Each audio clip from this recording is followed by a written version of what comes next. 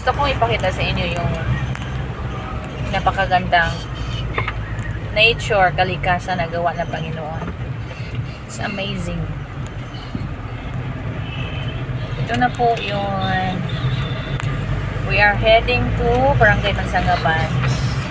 At the moment, this is Barangay Cambagyo pa. Sakop ani sa Barangay Cambagyo.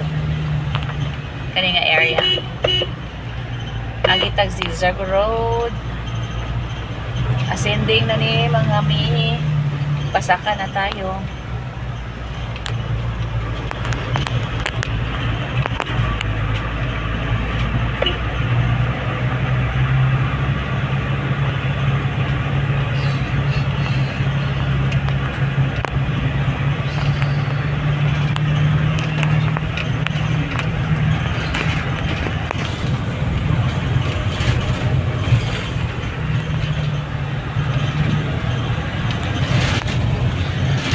Salamat kayo ng Marshall mong driver sa sila.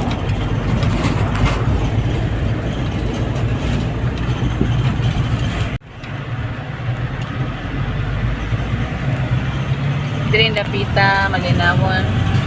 Dami kaayon tanawon ang mga palibot limpyo. Wala mga plastic away sa pollution. So lamig yung kayong puyan ang bukid mga may. Na-miss yun ako kapag bata. Ganahan kay ko aning bukid. Sa bata kami, sa bukid kami lumaki.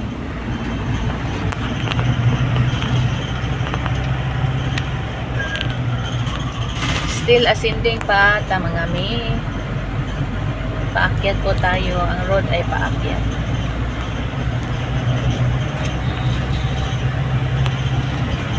Zigzag road. Liliko tayo dito.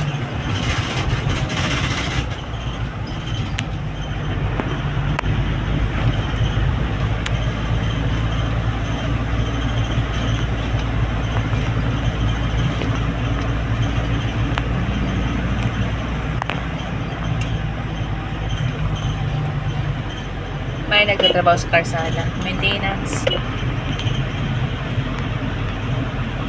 Nililinisan nila. After maulan, nililinisan ko. Dito may rough road dito. Pero hindi naman masyadong mahaba. Mga 50 kadupa pa ni.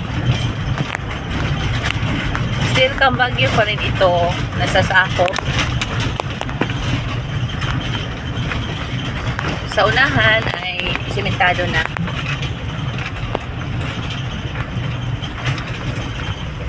Yan mga mi. Ang kabutihan dito, napakaganda ng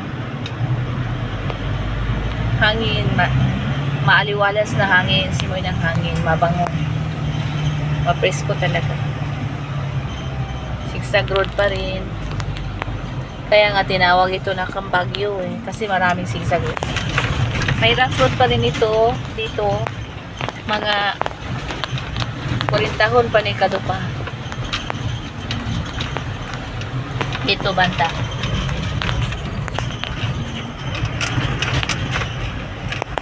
Kaya nga umuog-og kasi rough road talaga.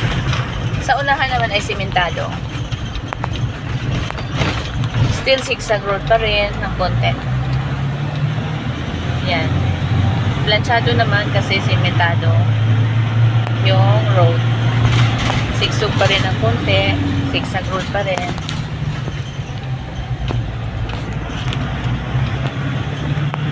O nga no, bagay nga pala siya na ang kanyang name sa bagay ay Cambagyo kasi may similarity po ito sa Baguio, capital city sa ating bansa ng Pilipinas. Nasa Luzon po yon. Ito nasa Negros po tayo. Negros Oriental.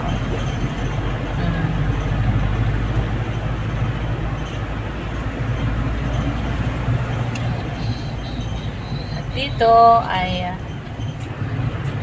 mayroong lugsungon, descending road,